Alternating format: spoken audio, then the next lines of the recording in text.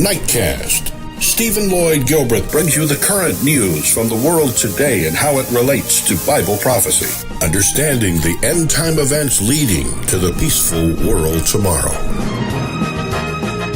Ladies and gentlemen, Stephen Lloyd Gilbreth. Good evening, friends, and welcome to this September 17, 2014 edition of Nightcast. We'll have a story in tonight's news about the Pope and some travels that are coming up for him in the weeks ahead. But the first story tonight, we want to open with a story out of California, where two wildfires have forced over 1,000 people to evacuate their homes. Here's that opening story. The fire was spotting well ahead of itself, and that dry vegetation is just igniting very readily and very easily. So 3 years of drought, everything is ready to burn.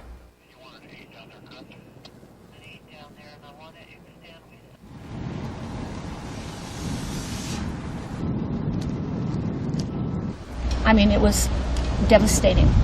The people across the street, they were told to get out now. All they have is the clothes on their back and their children's backs. And she was over here saying, my home is just destroyed. The house up there is no big deal, you know, it can be rebuilt, but this is my family church, you know. I feel bad for the people who are probably going to be out of work for a long time. I mean, this is already economically depressed area anyway, but it could have been a lot worse.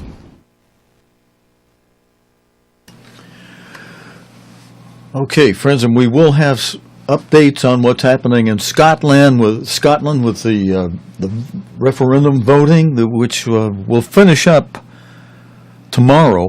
And by tomorrow night, we'll know the outcome on that. But we've got some updates on the rallies and the goings-on there with all that. And we've got stories on the Ukraine. We've got the boots on the ground story from the president that we'll be giving you later in the program. You know, last night, top U.S. general recommended that if the airstrike strategy failed, that he'd be talking to the president about boots on the ground. But the president, you'll hear what the president had to say in a video a little bit later in the program. But now I want to tell you about this story that relates to the first seal. Let's just put our chart up on the screen real quickly for a moment. You know, Jesus Christ expounded in plain language the meaning of the seals of revelation that were sealed until these latter days, opened up by Jesus Christ and revealed through his end-time servant, Mr. Herbert W. Armstrong.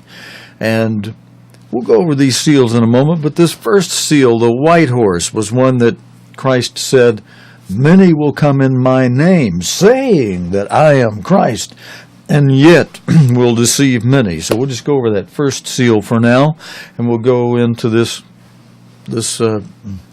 first story related to that first seal. The president's going, the Pope, he'll actually be greater than the president in a way, and greater than the emperor, whom he will be crowning. Whether, maybe not this Pope, might be another one, it could be this Pope. The way things are escalating, unless there's a change of popes, you know, may have to be this Pope. Maybe not, though. We don't know who's going to do the crowning of a future emperor of the revived Holy Roman Empire, but we do know that's coming, and it's coming, the way news is going, it's coming soon. But let me quote you the man who's telling about where the Pope's going. He says, on behalf of the EPP group in the European Parliament, I would like to express my profound joy over the announcement of Pope Francis' visit to the European Parliament, and to thank, now, friends, I'm quoting him, and right here in the quote, he's going to say, His Holiness, for accepting our invitation. That was a statement made by the chairman of the EPP group in the European Parliament. That's what Manfred Weber said. This report comes from September 11. You know, many people call the Pope Papa or Father. And I've got a verse I'm going to put forward on the screen that tells us, in calling the Pope Papa or Father in the sense of a religious or spiritual term, verse 9 of Matthew 23 says, "And call no man you upon the earth your father, for one is your Father which is in heaven." Now again, friend, that's speaking of calling someone father in the sense of a religious title. Certainly okay to call your human father the role he's in as your human father, you know, dad, your father. But in a spiritual sense, we're to call no man father, as that verse 9 from Matthew 23 explains. It even goes further. If you go a verse ahead of that, in verse 8 of Matthew 23, it even tells those who are in certain positions to not be called rabbi, meaning master. For one is your master, even Christ, and all you are brethren. But he that is great among you shall be your servant, is where Christ goes with this in verse 11 of Matthew 23. And he expounds that further if you want to go further. But we got a lot of news tonight, friends, and I just wanted to hit the highlights on that. Let's go back and let me finish this story of the Pope who's going to visit the European Parliament. With this visit to the representatives of 500 million Europeans, Pope Francis is sending a strong pro-European signal, reminding everyone of the Christian roots of our continent, the chairman says. He says, "I'm looking forward to welcoming," and he keeps referring to him as His Holiness, and there's none holy but one. They're looking forward to welcoming this Pope to the European Parliament. The official visit will take place on November 25, 2014, in Strasbourg. On this occasion, the Pope will address members of the European Parliament during a formal session. The EPP group is the largest political group in the European Parliament, with 220 members from 27 member states. And friends, I pulled another report related to this. This news report is September 12. Pope Francis will travel to Strasbourg to speak before the European Parliament. All right, that's the same thing I just told you in the last report. The source of this report is the Archdiocese of Sydney. It's part of the Catholic Communications of Sydney, of the Sydney Archdiocese. The Vatican has confirmed that Pope Francis will speak before the European Parliament in Strasbourg on November 25 during its plenary assembly. The President of the European Parliament, Martin Schulz, who actually met with the Pope last year in October, announced that the Pope had accepted his invitation. The visit is being described as a symbolic gesture that is very significant, especially since Europe has become increasingly secular. German Cardinal Reinhard Marx, who serves as the President's Bishops' Conference of the European Community, welcomed the idea, adding that it will be a good way for the Parliament to remember its Christian roots. November will be a busy month for the Pope. He's also tentatively scheduled to travel to Turkey at the end of November. Back on October 8, 1988, John Paul became the first Pope to speak before the European Parliament. So this is not a first for this Pope. Again, John Paul II became the first Pope to speak before the European Parliament. At the time, the Berlin Wall in 1988 was still divided, was still up. It still divided Germany, and ultimately communism still divided Europe. Using symbolism, the Pope reminded the Parliament that Europe should learn to breathe with two lungs with one same body. But the session, now we're talking about the 1988 session now, that session did start off with an unexpected disturbance when Parliament member Ian Paisley from Northern Ireland interrupted the Pope yelling anti-papal slogans from the Protestant Reformation. I call you to order and I ask you to stop this disturbance, was some of the quotes from that 1988 Parliament meeting. I'm going to pull this forward for just a moment, friends, as we look ahead to November 25 when the Pope plans to travel. Maybe not by a white horse, but that's a symbol of the first seal when he plans to travel to Strasbourg and appear before the European Parliament. That horse is from one of the World Tomorrow programs, and I took the painting, the mural of the Pope on that wall near the Vatican, and I combined those two into one graphics. Here's the full mural that's painted on a wall near the Vatican. Here's a close-up shot. Somebody painted the Pope flying through the air as Superman, and the Vatican must have liked it because they tweeted it. Now, this happened back in January, early this year in January.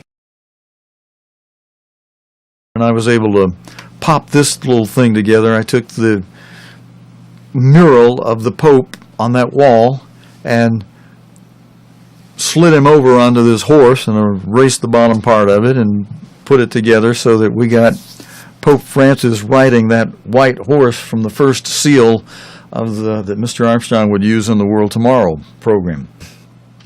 There's more. No, okay, not more to that story, but we're on to another story next. Scotland. There are plenty of questions about what will happen if the majority of people in Scotland vote yes in the referendum that will conclude its voting tomorrow. But there are also plenty of examples of relatively new independent nations.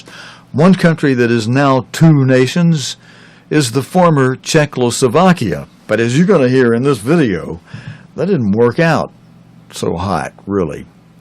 You divide, you conquer. It's going to be Leviticus 26:19. If that yes comes out, it's going to work out to be God allowed people to act foolishly and accomplish what he prophesied would happen if people don't obey their Creator. Blessings if they do, that fill up half the first chapter of Leviticus 26, one blessing after another, followed by if you don't obey your Creator, just the opposite of the blessings, and then if you still refuse, your cursings will be 7 times the more. Verse 18, Leviticus 26, God says, and if you will not yet, after he's done the curses, after you don't obey him, and then if you will not yet for all this, for all the curses that he brought on you, hearken unto me, then I will punish you 7 times more. Friends, I've had a little bit of a end of summer cold that came with a virus I caught last week, so I'm losing my voice just for a moment. Verse 19, you can read it yourself. It says, and I will break the pride of your powers. And that's what will happen. It's to the UK after tomorrow.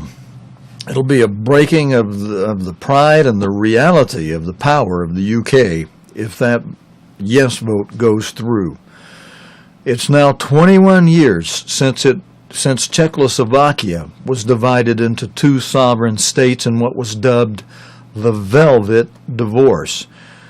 Robert Cameron reports from Prague on what lessons can be learned from the Czechoslovakian example.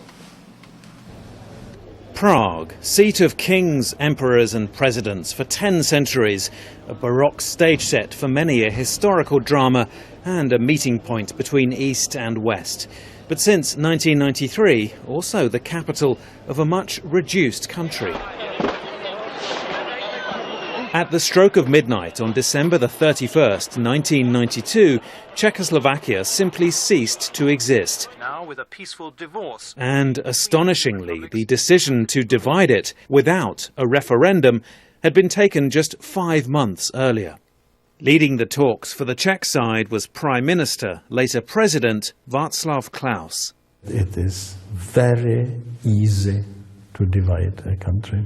But not so easy. There was a dispute over the gold reserves that lasted until 2000. No. It's this is exactly, you are not now using the wrong arguments. You know, it is very easy to divide the country. The number of people in the Czech Republic and Slovak Republic is 2-1. Everything is divided 2-1. Stop. Podívejte se pozorně, jak kolkované bankovky vypadají. But that simple equation couldn't be applied everywhere. A temporary currency union collapsed after just 6 weeks, and the Slovak currency devalued massively. But in Bratislava, despite their rocky start, the Slovaks have caught up. In time of division, Slovak GDP per capita in PPP was 62% of Czech GDP per capita. Just now, a few days ago, Eurostat announced that Slovakia has the same GDP per capita as Czech Republic.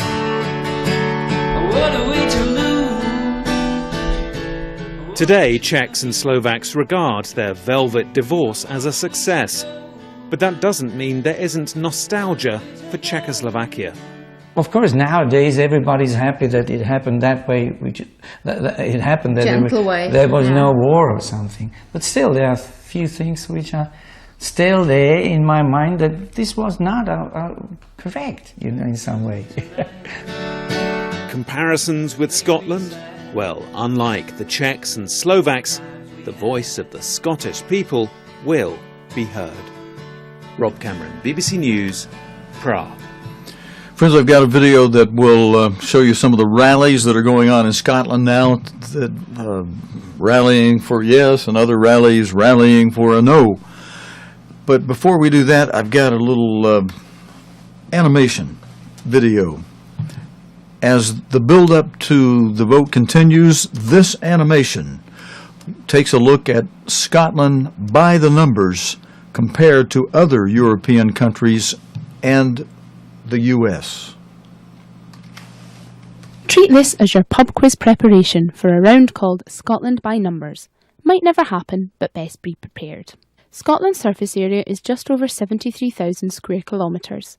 In European terms, an independent Scotland would be mid-table, above Ireland and below the Czech Republic. If we were to become a US state, unlikely I know, we'd be the 41st biggest, just a smidge weir than South Carolina. But we'd probably not fit in. Gun ownership here runs at just over 5 per 100 people. In the US, it's 89. In population terms, we'd be a bit further down the European rankings, snugly nestling between Slovakia and Norway.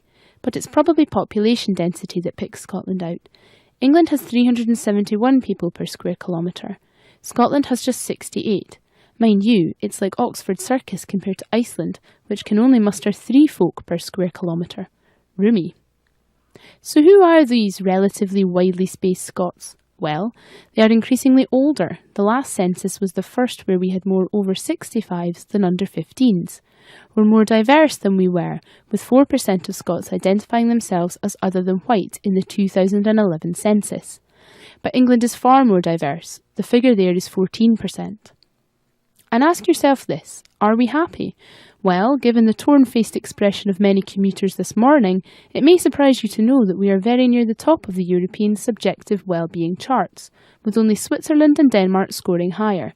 So cheer yourself up even further with that. Just don't expect celebratory gunfire. Okay, friends, now, as Scotland prepares to go to the polls tomorrow, the yes and no campaigns have spent the day today making their final push for votes. Scotland's First Minister Alex Salmond has urged people to take their country's future in their hands and vote yes. The former Prime Minister Gordon Brown told no voters to hold their heads up high. As the campaign enters its final hours, The latest polls continue to suggest that the outcome is just too close to call. Nick Robinson reports.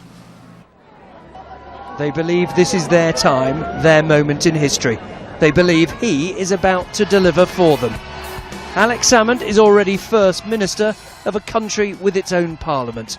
Tonight he told voters it was time to take the next step, as this could be their last chance to do it. We can write a new chapter in the story of this ancient nation. It's the best opportunity we shall ever have to enshrine the things that we cherish most. Principles of equality, of social justice, a national health service properly funded and always in public hands. It was time, he said, for Scotland to believe in itself. The Westminster parties agreed to it because they thought they had it in the bag. They thought all they had to do was agree to it, see off Scotland, and then it wouldn't matter. And therefore we can have no assurance that we would ever have such a chance again. This is our opportunity of a lifetime, and we must seize it with both hands.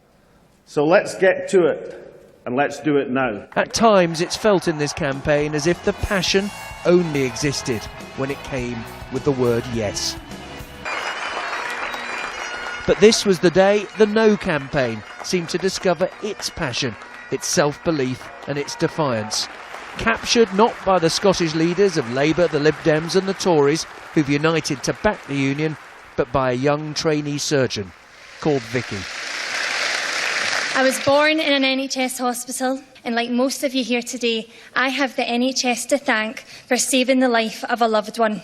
I would not be here today if it wasn't for the lies I've been told by the SNP. They're telling it to every one of us. This was also the day Gordon Brown, so long a tense, a brooding presence on the sidelines, roared back into action. His aim to rouse what he's convinced is the silent majority. Tell them this is our Scotland. This is not their flag, their country, their culture, their streets. This is everyone's flag, everyone's country, everyone's culture, and everyone's streets.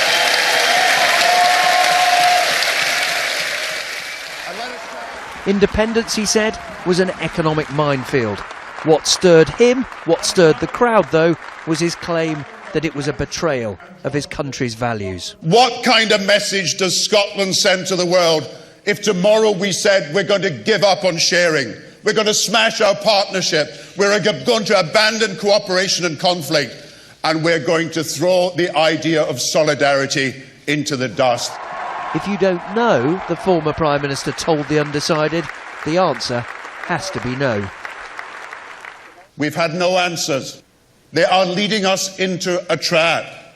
The only answer for Scotland's sake and for Scotland's future is vote no. Friends, you know, my dad is Scot-Irish, and he comes from the old Campbell clan on his side of the family, and I hope you guys in Scotland, I hope you'll vote no and stay in the UK. Keep what's left of what was Great Britain as great as possible as we go down, as things go down. But friends, you know, God himself may be involved on this one. We read the prophecy a moment ago, and it depends, a lot of things depend on how people as individuals are doing for their own blessings, and how their nation is doing depends on the sum total of all individuals within a given nation. The referendum campaign is being closely watched by the business community in Pakistan, where they've been having all the flooding. And Pakistan is the place where traditional bagpipes and kilts are made. The country's now the second biggest producer excuse me, of the instrument in the world, and manufacturers in the country of Pakistan seem to favor a no vote tomorrow. Salcott business owner Faisal Naeem explains why. We have been in business for more than 50 years now. This is our family business, and it started off with my grandfather, and he started off the business even before partition, when British people were in subcontinent. We are making bagpipes, kilts, uniforms, which involves socks, shoes, flashes, shirts, hats. So basically it's everything. All the outfits which Scottish people wear, we are making them. Bagpipe business and accessories, we sell around 60 to 70% in Scotland directly. Rest of the world is around 20-30%, but mainly we focus on Scotland. Actually, I'm quite concerned about the referendum because my customers are also concerned. If Scotland becomes independent, might create some problems if they increase the taxation or increase the import duties. And we are not sure about the currency as well. If sterling is going to stay the same as it is now, or they're going to convert into euros, we are really not sure about it. If I had the right to vote, I would vote no, because I love the way it is now. I love Scotland as it is being a part of England. I enjoy doing business with Scotland. I enjoy doing everything in Scotland. I am always in Scotland every 2-3 months. So I would love to see tourist industry flourish and stay the same as it is now. Friends, let's go on now to what's happening in the rest of Europe. The Ukraine votes on agreement to strengthen ties with the EU. It was the moment that sparked a crisis when the Ukrainian President Viktor Yanukovych refused to sign a deal with the European Union, opting instead for closer ties with Moscow. The fallout was huge, resulting in mass protests, the overthrow of the president, and a dangerous war in the east of the country, which has killed thousands. 10 months on, and this. За 355 рішення прийнято. Вітаю! Celebrations in the Ukrainian and European parliaments after that agreement was agreed and ratified, although the free trade aspects have been delayed for now to appease Russia. Earlier in the day and behind closed doors, the Ukrainian parliament approved a bill granting limited self-rule to parts of Donetsk and Luhansk. It includes the promise of local elections and an amnesty for some rebel fighters, although that amnesty will not apply to those accused of grave crimes, including rebels suspected of shooting down flight MH17 back in July. But many Ukrainian politicians have voiced their fury, describing the bill as a sell-off of the country in what they see as a war against Russia. And there are no guarantees this latest move will bring peace to the east. One rebel leader has told the BBC that he and others will continue to push for full independence and closer ties with Moscow, not Kiev. All the while, and despite a fragile ceasefire, fresh fighting has claimed more lives, more families continuing to bear the personal cost of this crisis. Alpa Patel, BBC News. Okay, friends, we've got another story related to the Ukraine crisis. You're going to see something in this video that I wish Ken Evans were watching tonight. It may make you. This is one that may make you laugh a little bit, especially when you understand all of the ramifications about it. A politician. Let me tell you this first before I tell you what happened to him. A politician has told Ukrainian television he needs to recover morally, physically, and psychologically after being dumped into a rubbish bin. Footage from yesterday showed Vitaly Zarabsky, Economic Development Party deputy and former advisor to ousted Ukrainian President Yanukovych, you'll see this in this video, he's being held down by a mob outside Parliament, held down in a rubbish bin, a dumpster bin. Mr. Zuravsky authored a bill in January severely tightening restrictions on anti-government protesters. Now, I believe you're going to hear in this report that he's considered pro-Russia. The BBC's David Stern explains how this rubbish bin incident unfolded. He is a deputy and in Parliament, as you say, a part of a party that is seen to be pro-Russian. But in particular, the emotions are running high because Parliament was set to vote on a vetting law, an anti-corruption, it's called lustration law, which people hope will be able to cleanse the government of corrupt politicians, of holdovers from President Viktor Yanukovych's administration and other politicians. And this crowd felt that Mr. Zhuravsky was one of the people that they need to cleanse. In fact, they put these bins outside of the parliament for this particular reason, or symbolically saying that they needed to throw politicians into the trash. In this case, they actually did that to one politician in particular. But I think what we need to keep in mind is this really shows the emotions surrounding the issue and surrounding, indeed, the entire issue of corruption in Ukraine. Okay, friends, we got a little bit more video on the situation in the Ukraine. I thought I had to show you this one tonight, though. This is a classic here. In this next video, friends, we'll hear from BBC World Affairs correspondent Paul Adams, who is reporting on what's presently going on in the Ukraine. A celebration of sorts. Rebel fighters parading through Luhansk on Sunday to mark City Day. But this is not a city with much to celebrate. Across Luhansk, people are finding help where they can. There's no water or electricity, so this soup kitchen serves hundreds of meals a day. Anatoly thanks Vladimir Putin for helping the people of Luhansk, but he's pessimistic. Людей такое суждение. У нас одни говорят, что завтра уже опять начнется. Некоторые люди все ожидают опять. Some say the fighting could start again tomorrow, he says, that they'll be bombing again. No one is saying tomorrow will be better. In the nearby market, there's only one stall. Salaries and pensions haven't been paid for months. People aren't starving, but after weeks of bombardment and siege, Luhansk is not yet back on its feet.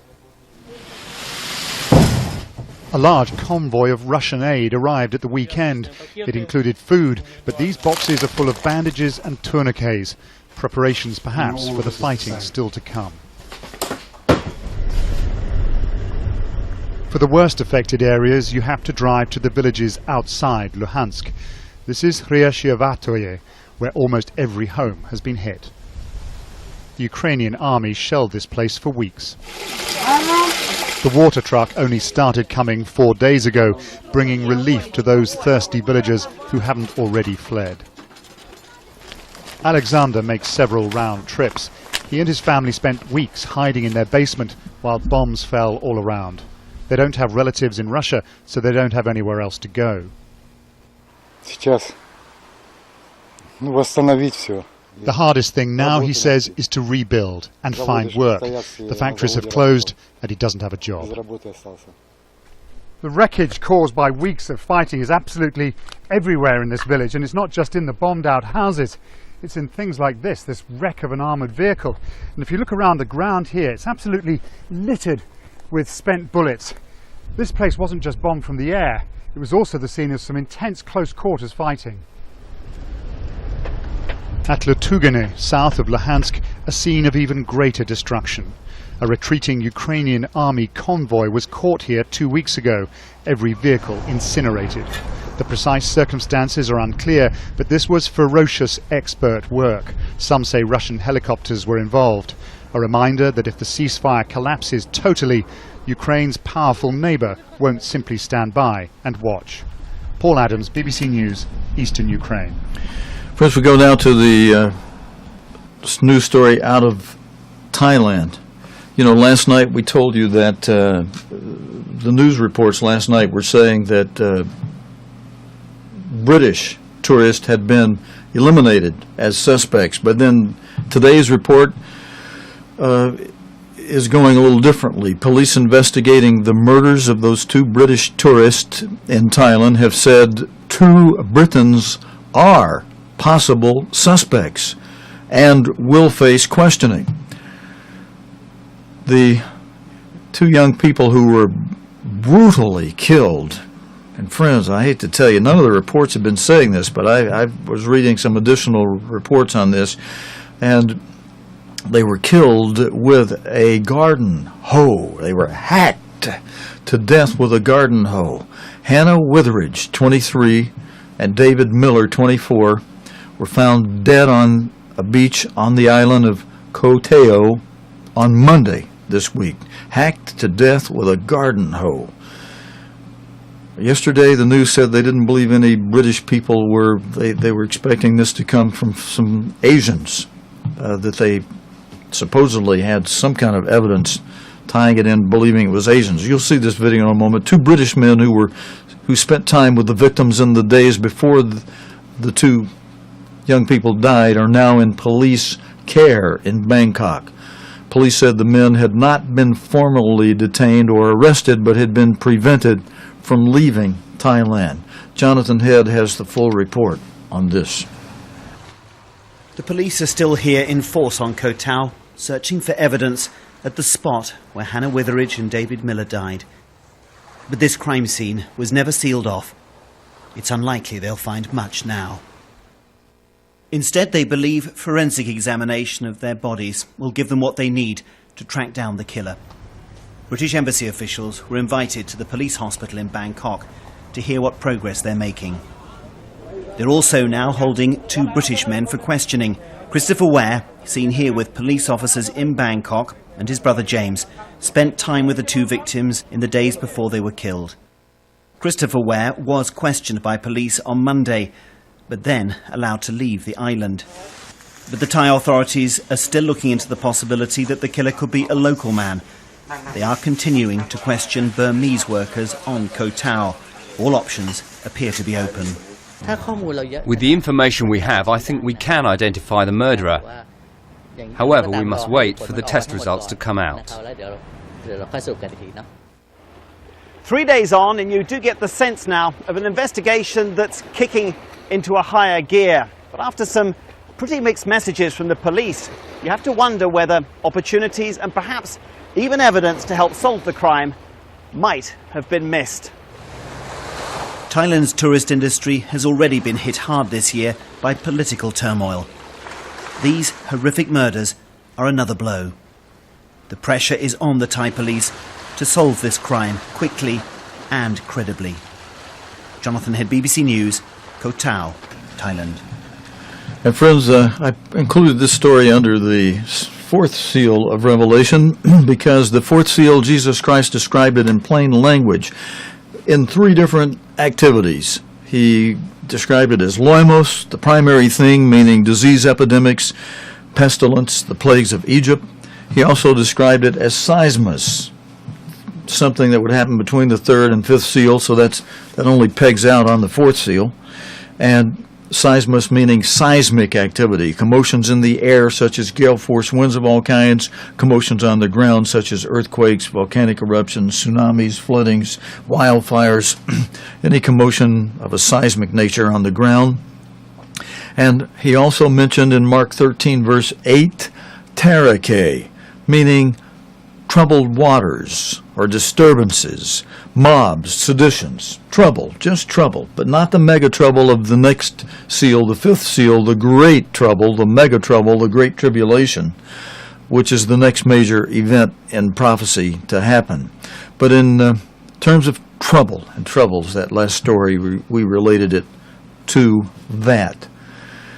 Now we're keeping an eye on things happening in Asia, because, friends, in the round two of World War, we had two theaters. We had the European theater and we had the Pacific theater.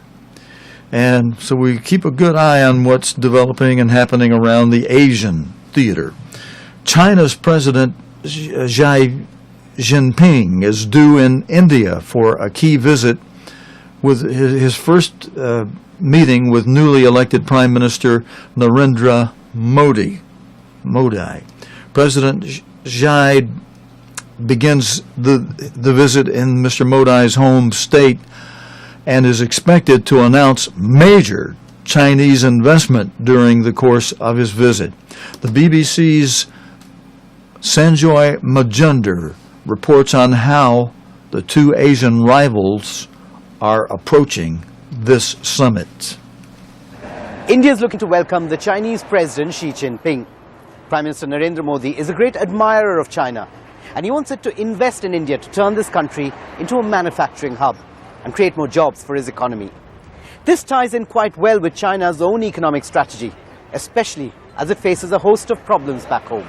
I think with the labor costs increasing in China and environmental degradation and a host of other political disturbances, in this background, China also wants to shift some of its manufacturing sector to other countries. China is also looking to assert its own position as a global power, especially as it tries to check the growing US influence in the region.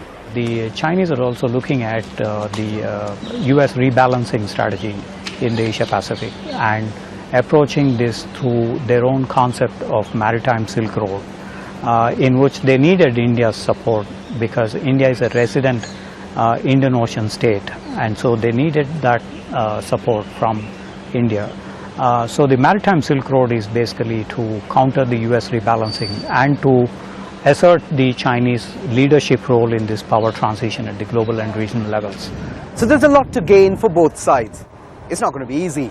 The two sides have a bitter history, dating back to the 1960s when China defeated India in a border war.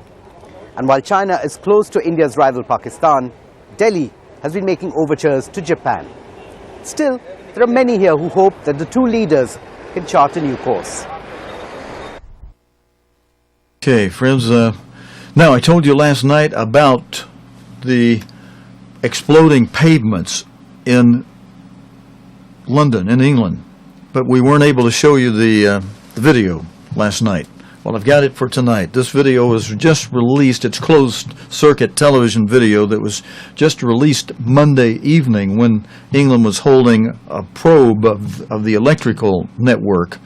They questioned them Monday night, and they released this closed-circuit video from July that shows two delivery van drivers who had a lucky escape when a pavement exploded in central London. Again, this explosion was in July, and this July closed-circuit television footage released Monday night by Westminster City Council showed the incident, which happened near Piccadilly Circus. Council officials were questioning energy bosses from Ofgem and the UK Power Network Monday evening over the growing problem of pavement explosions across the capital. Chris Rogers has this report that relates to the Pale Horse, disturbances, trouble, and that kind of thing. It's just before 11 p.m. on Wednesday, July the 2nd. Piccadilly is still buzzing with people. Delivery men are unloading goods to shops and restaurants, ready for the next day's business. Something suspicious appears to force one driver to reverse his van away. Another, just ahead of him, is oblivious as he continues unloading, making a dash for it just in time. This CCTV footage was released by Westminster Council to highlight its concerns over London's exploding pavements. It was actually very frightening because it's very near and the fire was really, really big. The fire kept coming out, even though it comes from the manhole. Can you go back a bit more, please? Were people panicking? A lot of them, they were running, they don't know what to do. You're very conscious when you're walking on the pavement now? Yeah, actually, especially in the evenings. CCTV and amateur footage captures the pedestrians, cyclists and drivers escaping death and serious injury across London. Oh my God! The number of pavement explosions is rising at an alarming rate. Figures obtained from the Health and Safety Executive reveal there were 49 explosions in 2013. The incident in Piccadilly was the 64th so far this year. So what's causing our pavements to explode? Well, it seems to be water droplets or even gas reaching exposed cables underneath manhole covers like this one. Just a small spark can lead to a huge explosion, particularly if it comes into contact with gas. And there is one simple solution to this. It's called sand. It insulates cables, absorbs water, and starves fire fueling oxygen. UK Power Networks, the company that brings electricity through London, and its watchdog Ofgem, are under increasing pressure to safeguard Londoners. There are a number of solutions, including putting sand into the chambers, but also having perforations in the covers. So there's a combination of measures, and we are very pleased with the way UKPN are accelerating that work. UKPN say they're investing £10 million a year upgrading their cable networks. But a fear remains among Londoners and councils that a danger remains beneath our feet, that can strike at any time in almost any place. Chris Rogers, BBC London News. Friends, we told you last night we showed you video last night about how General Dempsey spoke in Washington saying that if the airstrikes weren't effective against the IS, against ISIL, as he put it, he'd have to be suggesting to the president that they put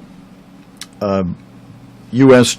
troops on the ground, boots on the ground in Iraq and Syria. Speaking to troops at the Central Command headquarters in Tampa, Florida, however, President Obama said the United States should support Iraqi forces on the ground to secure their future of their own country. Wait a minute. He says they should support the Iraqi forces on the ground, but he's going to say no boots from the United States. No combat boots from the United States here in this video. Now, going forward, as I announced last week, we're going to degrade and ultimately destroy ISIL through a comprehensive and sustained counterterrorism strategy. And whether in Iraq or in Syria, these terrorists will learn the same thing that the leaders of al-Qaeda already know. We mean what we say. Our reach is long. If you threaten America, you will find no safe haven. We will find you eventually.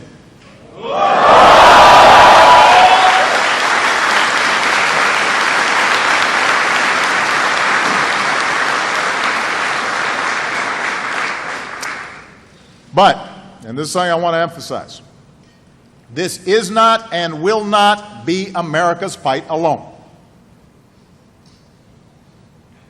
One of the things we've learned over this last decade is America can make a decisive difference.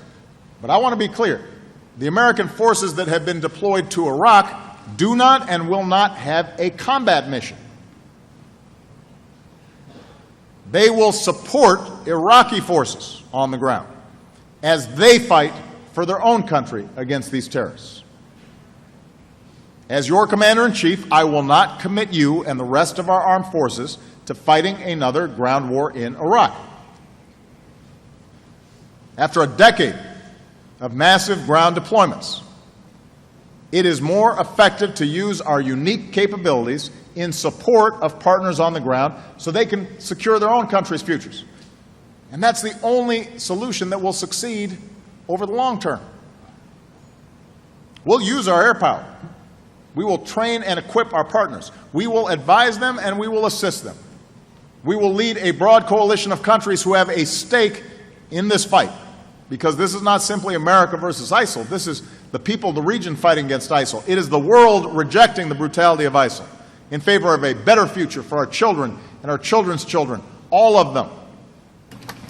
And friends, that's it for our report tonight on this Wednesday evening. Just closing with this mention that thousands of people are still thought to be stranded in Indian-administered Kashmir nearly 2 weeks after devastating floods there, where at least 200 people have died, with many missing, and there are mounting fears of disease spreading as criticism grows of the government's response there in that area. Friends, God willing, and the creek don't rise, we'll be back again tomorrow night, Thursday evening, with the day's current news related to the Bible and prophecy here on Nightcast. Until next time, your host, Stephen Lloyd Gilbreth, saying so long and good night, friends.